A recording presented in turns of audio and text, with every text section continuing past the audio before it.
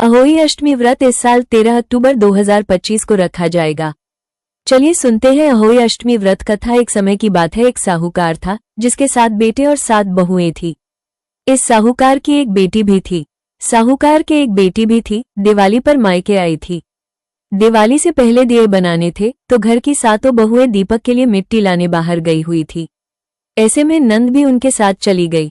दिवाली से पहले कार्तिक बदी अष्टमी को 7 बहुएं अपनी इकलौती नंद के साथ जंगल में मिट्टी लेने गई, जहां से वे मिट्टी खोद रही थीं। वहीं पर स्याऊ सेहे की मांद थी। अचानक धोखे में मिट्टी खोदते समय नंद के हाथ से सेही का बच्चा मर गया। इससे स्याऊ को गुस्सा आया और स्याऊ ने कहा कि मेरे बच्चों को तूने मारा, अब मैं तेरी कोख बांधूंगी। तब ननंद अपनी 7 भाभियों से प्रार्थना की कि तुम में से कोई मेरे बदले अपनी कोख बंधवा ले।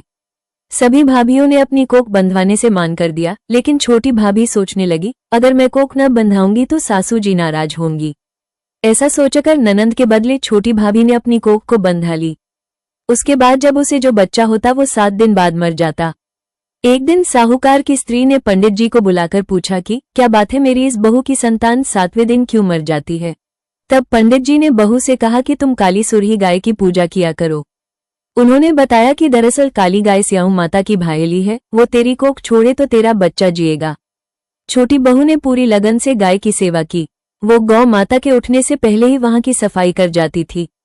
एक दिन गौ माता बोली कि मेरे जागने से पहले कोई रोज मेरी सफाई कर जाता है, सो आज देखूंगी।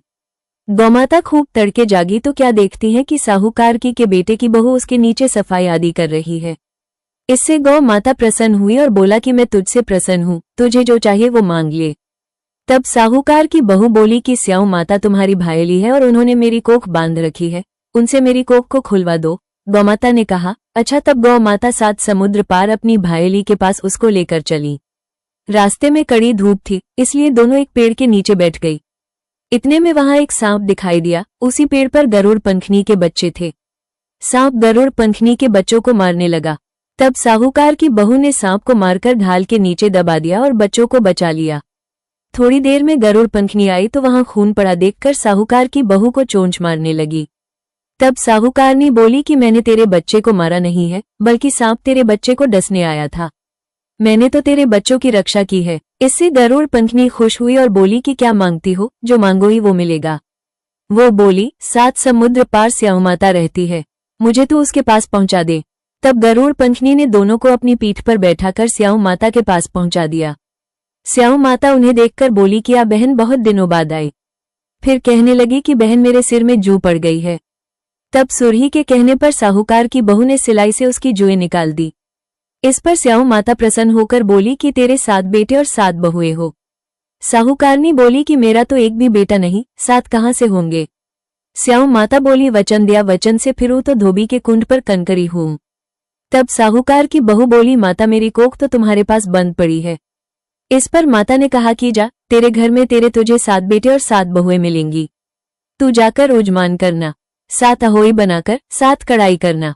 वो घर लौटकर आई तो देखा 7 बेटे और 7 बहुएं बैठी हैं।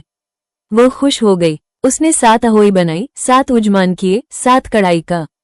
दिवाली के दिन जेठानियां आपस में कहने लगी कि जल्दी जल्दी पूजा कर लो, कहीं छोटी बहू बच्चों को याद करके रोने न लगे। काफी देर तक रोने की आवाज नहीं आई तो जेठानी ने बच्चों को भेजा। बच्चों ने देखा और वापस जाकर कहा कि चाची तो कुछ मान रही है, खूब उजमान हो रहा है। ये सुनते ही जेठानियां दौड़ी दौड़ी उसके घर गई और जाकर पूछने लगी कि तुमने कोख कैसे छुड़ाई।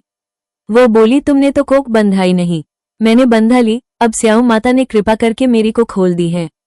स्याऊ माता ने जिस प्रकार उस साहूकार की बहू की कोख खोली, उसी प्रकार हमारी भी खोलियो, सबकी खोलियो। कहने वाले की तथा हुंकार भरने वाले तथा परिवार की कोख खोलिए। सभी की संतान की